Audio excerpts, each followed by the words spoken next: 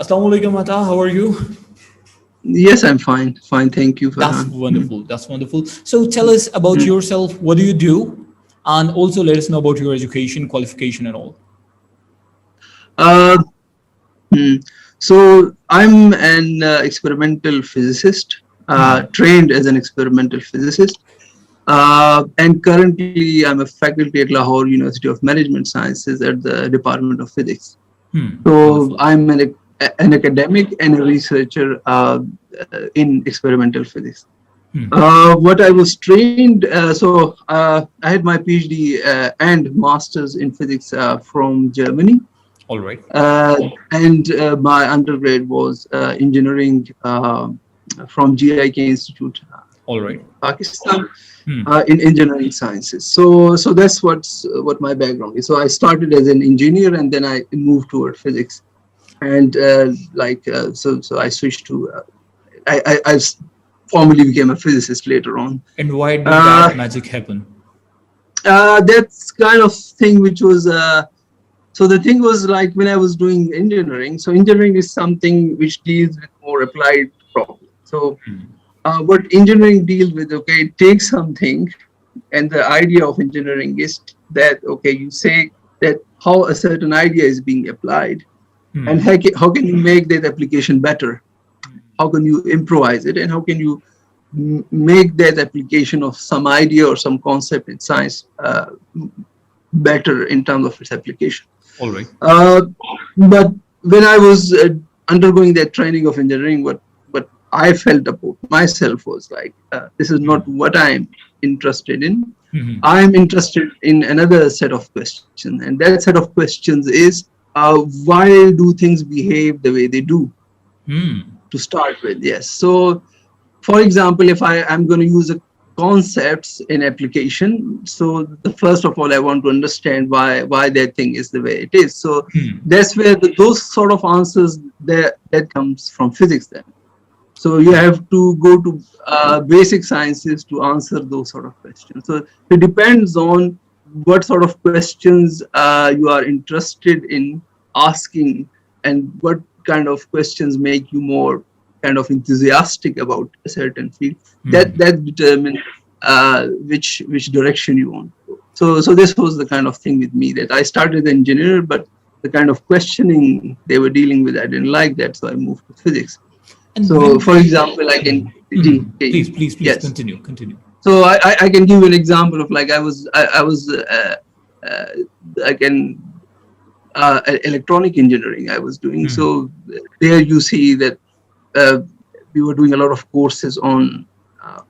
There are these materials called semiconducting materials, and all our uh, like your laptops and mobiles are all of them are based on semiconducting materials, and so the engineering side of that was dealing with how to design those devices, how to make it better, and so on. But then I was interested in why this material behave the way it does. So that's so the answer was in the physics side. So that's why I got interested in that. Yeah. And when did you realize that you want to take yourself toward the physics side?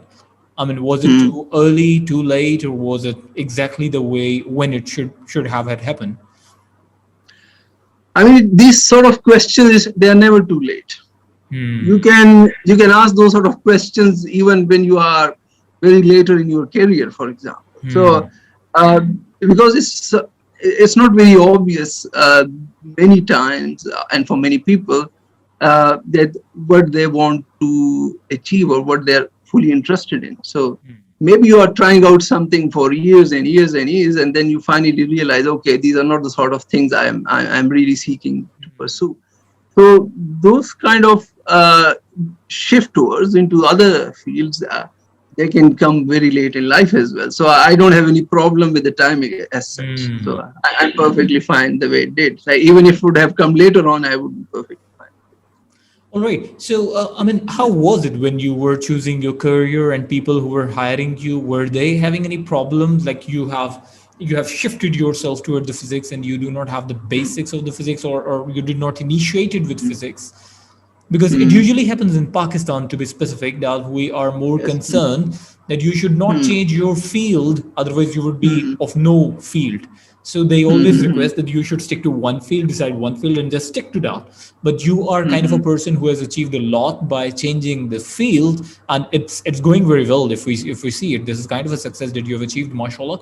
But still, my question is, how was the behavior of the employers when they were hiring you for an institution? I mean, specifically in the physics department. Were they open Mm. to accept you, or was it more difficult, challenging for you and for them as well? Okay, for like there are two sort of responses I got. One was, so initially when I came back to Pakistan after doing physics, so I wanted to join public sector university. So when I inquired about the position, so the line of thinking there was like, okay, because your undergrad was engineering and not physics, so we can't hire you as a physics faculty. So that was the kind of thinking in a couple of public universities I inquire about. But then I uh, like that was the kind of response I already expected. Kind of given I have some like of course you have some idea of what you're gonna get back. But then I had applied at LUMS here, so the faculty here was much more open to that sort of thinking. That okay, someone who is not coming from the physics background, but later on he switched to physics, they were perfectly fine with that. But I myself see more myself posing myself to international job market as well. Not I look myself not as someone who would target Pakistani job market, but someone who can target an international job market. And Wonderful. when I look with that spectacle, or when I look with that point of view, I don't see any problem at all, because it's a very normal thing to shift your field of studies midway your career, or even after, like later on in your career. It's quite normal.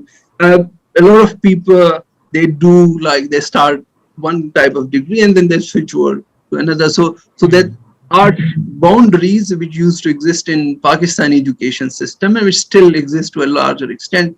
Those kind of things are not there anywhere in this international market. Most of the developing countries, they are way beyond that kind of thinking.